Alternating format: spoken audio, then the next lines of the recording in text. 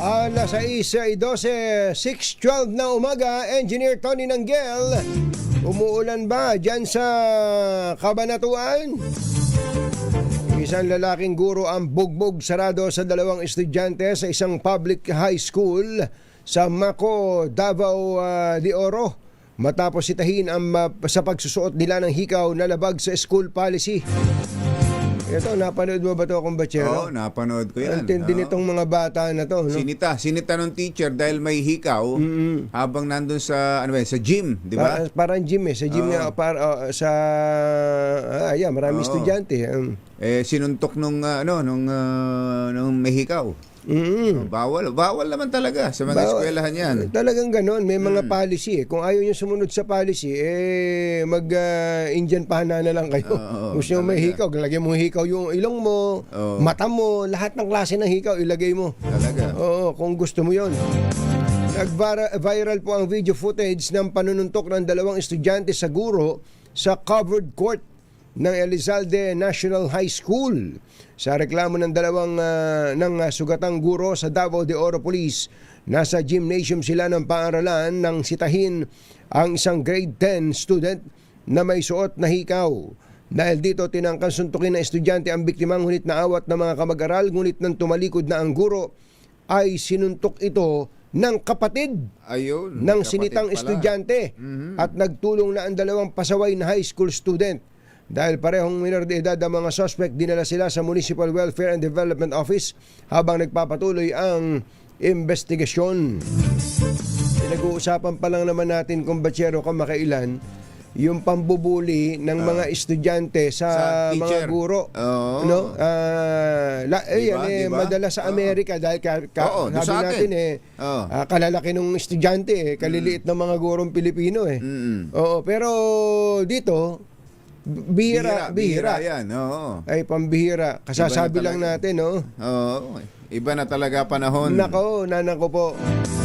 Alas 6:14 ang ating oras. May buntag kaninyong tanan, mga Bisaya, mata na maputiha. Gising na ba kayo? Ni-raid ng NBI at ng Presidential Anti-Organized Crime Commission o PAOK ang Chuangzing Steel Inc. dahil sa paggawa ng substandard na bakal at paghawak ng mga radioactive materials. Ayon sa NBI, natuklasang may markings ng kumpanya mga bakal na ginamit sa gumuhong gusali sa Angeles City, Pampanga at Teka, parang matagal na itong pangyayaring ito Itong pag-raid sa Chuangzing Steel Inc. Ito yun daw ginamit na mga bakal sa gumuhong gusali sa Angeles City, Pampanga ay mula daw dito sa Chuangzing Steel Inc. Sa operasyon, 4 na kataong inaresto habang halos 4 na raang manggagawa, kabilang ang 347 Pilipino at 37 Chinese ang nadakip mula sa hazardous condition.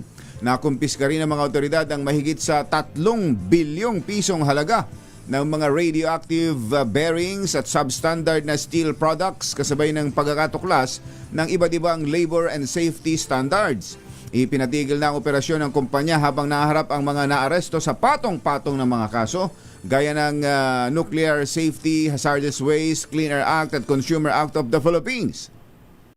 Definitely, kasi nga yung test buy na ginawa namin buong Pilipinas, so ibig sabihin na saturate yung market.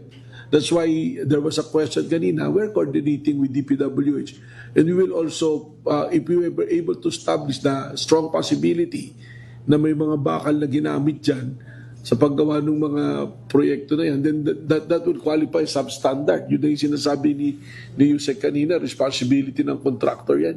The responsibility should be taken also by the contractors to ensure that they will only use what is standard. Kasi there are reports, may mga kaibigan. Ayun. Teka, sino yung pulis ba at saka NBI ang mag-determine kung pasok sa quality yung quality standard yung magre-report lang sa kanila ang mga taga DTI. DTI siguro. Pero ito, saan ito, Mother? Bago yata ito, bago ito. Parang ang alam ko dati na raid na yun . Sa Mindanao, yung sa Mindanao yun yung una. Baka iba ito dahil Pampanga. Oo. Ano ba? Sa Pampanga ba, Mother? Pampanga. Jerry? Oo. Pampanga no? July 18. Bago lang. Oo. Tsaka, Chuangxing still ink.